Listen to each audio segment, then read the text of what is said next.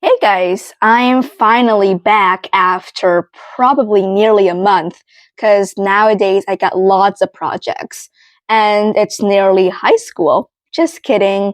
So today I came back here and talk about this problem. Have you ever faced this problem? Somebody asked you a question or you pondered a problem and you have to talk about it for your school's exam or any kinds of English competition, or not just an English competition, in daily life conversations as well. And when somebody asks you a question, you just blanked out.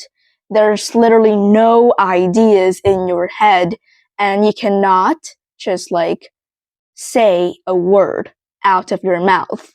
Well, that's a problem for nowadays English learners, right?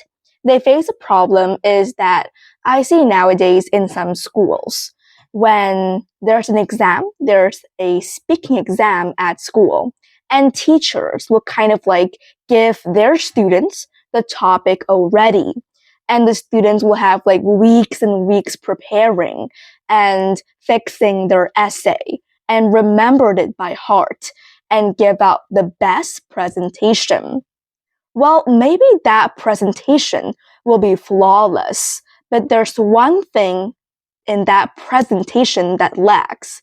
It lacks natural, because when you're being natural in speaking, it really shows that you have a level that you have reached in a very advanced level. Because compared to a person who remember the essay by heart, even though their vocabulary and their grammars are exceptional, it may sound very flawless. To a person who just think on the spot and say whatever on their mind, maybe they have a couple of grammatical errors or their vocabularies are not that advanced. I would say that the second speaker is better because they have something that English learners usually lack, which is authenticity and naturality. We need natural. So in today's video, I will be talking shortly about how to think on the spot when you are given a problem. As for me, whenever I make this kind of video, I actually did prepare, but it would not take me around an hour or 2 hours just to prepare this video. Normally, it will take me around, let's say 10 to 15 or sometime 30 minutes preparing a video. And how do I usually prepare a video? Of course, I have some paper, I have a pen, and I will jot down main points I will be saying. For example, I will have a bullet point which says be natural. And I will say things related to this natural part. And I will just write down bullet points. So if you're actually a beginner and you find it hard to describe things in English, then I think that practice makes it perfect. So actually, I shared this tip a long time ago, which there is something called a word generator on Google. And every time it will generate to you a word and you will practice speaking about it, whatever's on your mind, practice on the spot.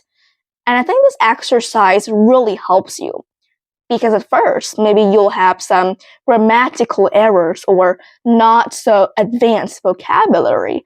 Don't worry, you will fix it as you work and practice more. So I recommend you record yourself while you're trying for the first time. And after that, listen again and fix any grammatical errors you have because that's the way that I always practice when I was little. And even now too, I still practice it daily. And secondly, if you are if you are an intermediate or upper intermediate, then I suggest you watch a lot of videos, English conversations, and just be as natural as possible because when you're natural, it's easier for you to think creatively because I assume that you have this problem. When you remember an entire script by heart, and accidentally, when you're speaking, you forget, what's this? And then you just stand there like a statue and cannot improvise any further. Well, that's the problem if we remember things by heart.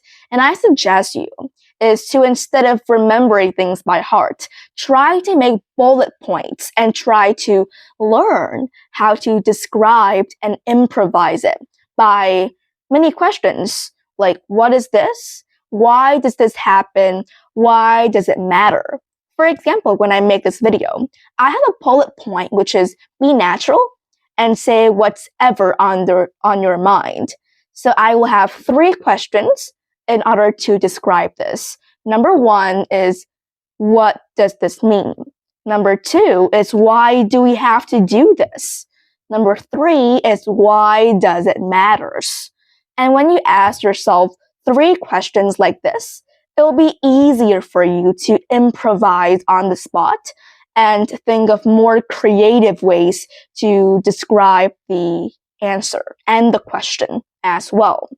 And I think you can apply this in IELTS speaking too, because in IELTS speaking, you only have 1 minute to prepare. And even if you already, came across this topic before, I recommend you not to remember anything by heart, because what if you forget? It'll place you in a very awkward situation.